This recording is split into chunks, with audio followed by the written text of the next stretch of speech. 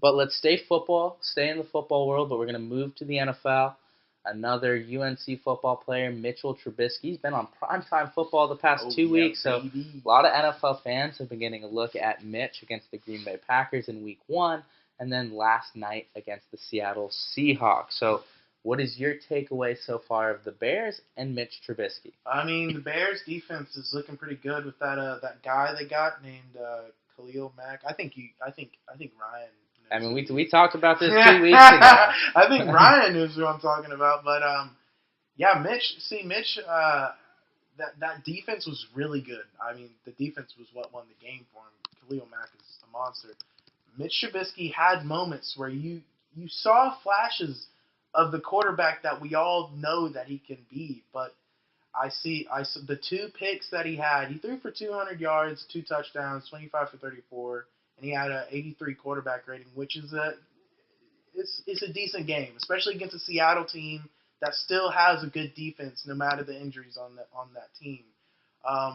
But I saw Taylor Gabriel wide open and early in the game, down the field, in a little pocket, and Mitch Trubisky overthrew him, and he had time. And I saw him underthrow Allen Robinson deep down the right sideline towards heading close to halftime. He underthrows it, and it's a pick by Shaquille Griffin.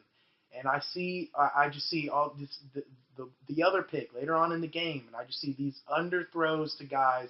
And what it's telling me is, if Mitch wants to be that franchise quarterback, he's gonna have to take himself to the next level and take a little bit more risk downfield. His deepest pass play was 17 yards. You're not going to be a franchise quarterback in this league if you can't get 20-yard pass plays, like at least 3 a game. I mean, if he can't even get one, it's frustrating to watch. But still, his athleticism is definitely something that they can work around. I think Matt Nagy has been very creative with the play calling. They have a lot of athletic guys on that offensive side of the ball that can take a little bit of the pressure off of him. But again, I need to see Mitch be able to take the risk downfield, which I didn't see last night. Yeah, I mean, I think if you're a Chicago Bears fan, you should be really happy. I think you should be pretty worried about Mitch Trubisky, though. In the first 2 games, this is the offense that Matt Nagy's running. He's just keeping everything right in front of Mitch, taking no chances. It seems sort of similar to what they did with Alex Smith, but just on an extreme level.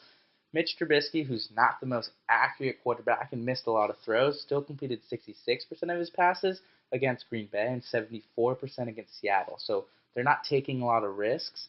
And he had 35 attempts, 34 attempts in the other game, but only threw for 171 and 200 yards. So everything is dink and dunk within 10 yards, so not taking any risks. And what you would expect with that is not a lot of turnovers, but we've seen the opposite with Mitch Trubisky. He's been sacked 4 times in game 1, 2 times last night, so 6 times total, but he's thrown 2 interceptions and has 2 fumbles. So they're not taking a lot of risks with Mitch Trubisky, and he's still turning the football over. And I also think the worst part about it is all the help that Chicago has.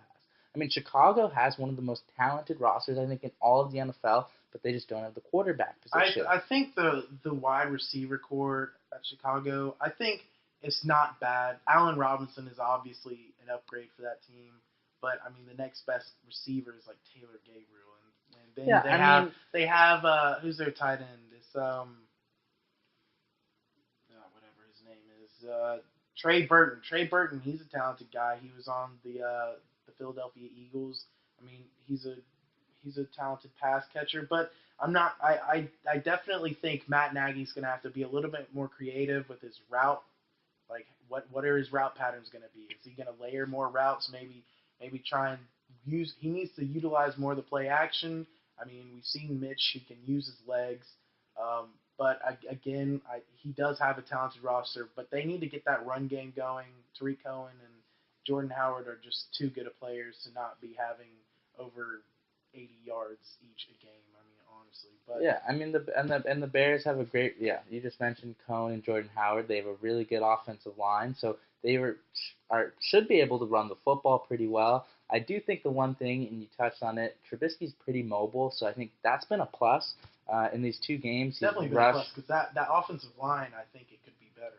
Yeah, I mean, the two tackles are great. The inside's a little bit weak, according to Pro Football Focus, but he's run the ball 12 times for 56 yards, so that's a plus. That's something that Alex Smith did pretty well, too, so there's a lot of similarities there, but Alex Smith was just, I mean, he's a lot better quarterback, but I think the main takeaway is just what the defense has been able to do, and I think they should let Mitch take more shots down the field, just knowing how good that defense is, right?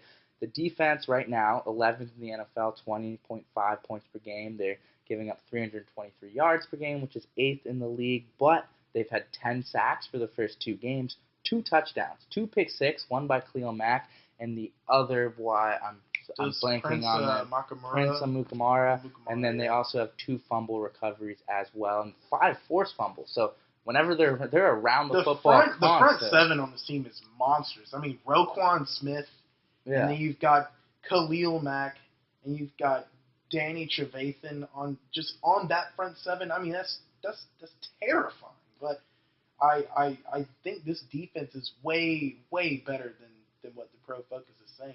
It was an astounding defense I watched last. Yeah, and then they also did it against Aaron Rodgers and Russell Wilson, so that's impressive. Just Pro Football Focus, just for Mitch Trubisky, 49.4 Pro Football Focus grade. That is absolutely horrible. I mean, you're talking Brady's been 97, 98 some years, so that is just god awful. I think an average starter would be around 75. 75 is what you're looking at. So 49 is god awful. If you're a Bears fan, you have an amazing team. You really need to find that quarterback. I mean, even a veteran guy who's just, this team probably wins 10 games. So if you're a Bears fan, very promising future. If you're a Mitch Trubisky fan, it's a little bit sketchy heading forward. I think we just need to give Mitch just a little bit more time. Let's